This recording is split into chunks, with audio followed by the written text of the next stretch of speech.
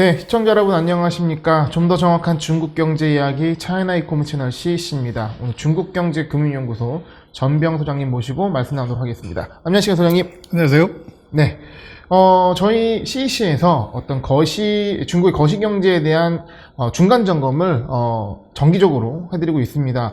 또 점검이 필요한 시기인 것 같습니다.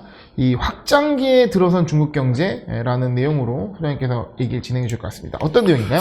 그래서 세계적인 경기 회복이라고 얘기를 하는데 그 선단에 서 있는 것이 중국이죠. 그런데 그것의 이제 의미는 결국 코로나19가 얼마나 안정화돼 있냐가 경기 회복의 속도인 것 같아요. 잠깐 차트 한번 보시면 네. 지금 미국이 경기가 좋다, 회복한다고 막 그 난리치는 이유가 지금 보시면은 노란 색깔로 표시된 게 미국입니다. 바이든 효과죠.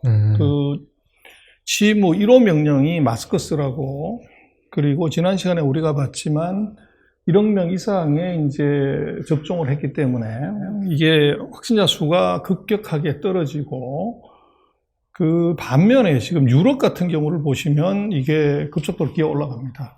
그리고 아시아도 이게 다시 올라가고 있고요. 재확산되는 느낌인데요? 그렇죠. 예. 그래서 미국 빼고 딴 데들은 이제 그런데 문제는 일본도 지금 재확산의 조짐이 보이고, 우리 한국 같은 경우는 옆으로 좀 횡보하고 있는 편이고, 근데 중국은 굉장히 안정화가 돼 있습니다. 네. 그래서 유럽 같은 경우 지금 보면 프랑스가 이게 지금 다시 급증하고 있고, 그래서 미테랑이 지금 마크롱이 굉장히 어렵죠. 그리고 이태리, 독일 다가 이제 다시 올라가고 있는데, 지난 시간에 우리 봤지만 영국 같은 경우는 이제 백신이 이게 이제 빨리 보급이 되면서 확진자 수가 뚝 떨어지고 있습니다. 역시 백신인가요? 그렇죠. 네. 그래서 아마 2021년은 세계는 두 개의 나라로 갈라질 것 같아요. 그래서 백신이 있는 나라, 없는 나라, 백신을 맞은 나라, 안 맞은 나라. 네. 즉 그게 경제 회복이고, 또 어떻게 보면 나중에 또 봐야 되겠지만 그게 주가일 수밖에 없는 그런 네. 상황이 올 것 같아요.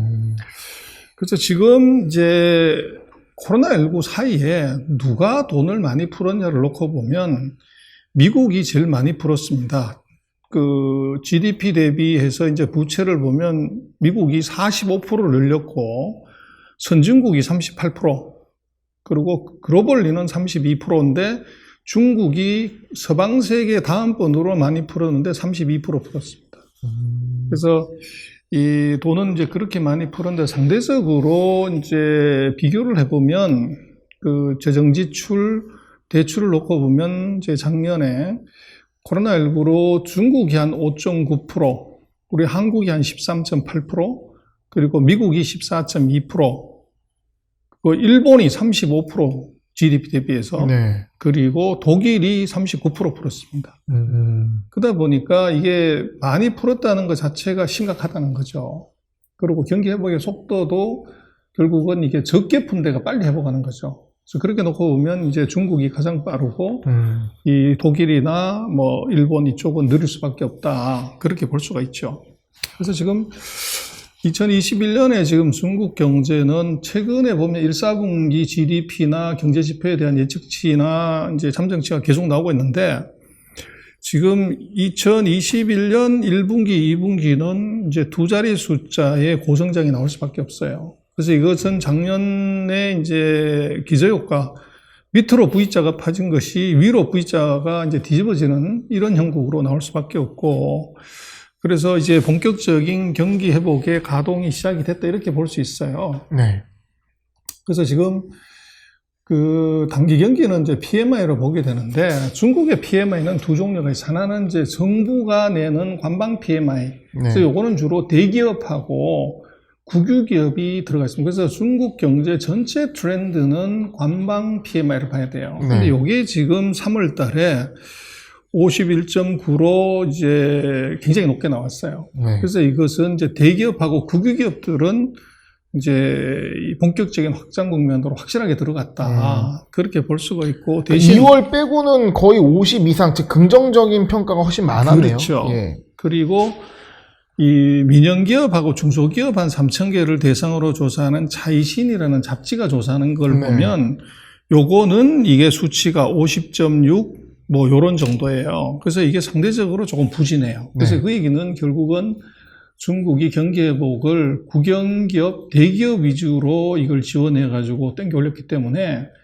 이 코로나19에 직접적으로 영향을 받는 민영 중소기업들은 회복세는 분명하지만 이제 아직도 어렵다. 네. 그렇게 볼 수가 있죠. 그래서 전반적으로 보면 확장 국면이지만 소위 말하는 이제 K자 회복, 잘 되는 놈하고 못 되는 놈의 차이가 크게 진다. 네. 그렇게 봐야 되고, 그 시장으로 놓고 보면 이제 증시가 조정을 받기 때문에 뭐 큰 악재가 있는 것 아닌가, 이제 그렇게 많이 걱정도 하고 하지만 그것보다는 이게 장의 패턴이 바뀌었다. 그래서 돈 풀어서 죽은 고양이 튀어 오르게 하던 쪽에서 이제는 자생력이 생겼기 때문에 이것이 이제 죽은 고양이가 아니라 산 고양이를 찾는 그런 이제 패턴으로 바뀌었다는 거죠. 그래서 지금 중국의 경기를 놓고 보면 이제 금년 1분기가 한 8분응선, 9분응선 쪽으로 이미 올라와 있다는 거죠.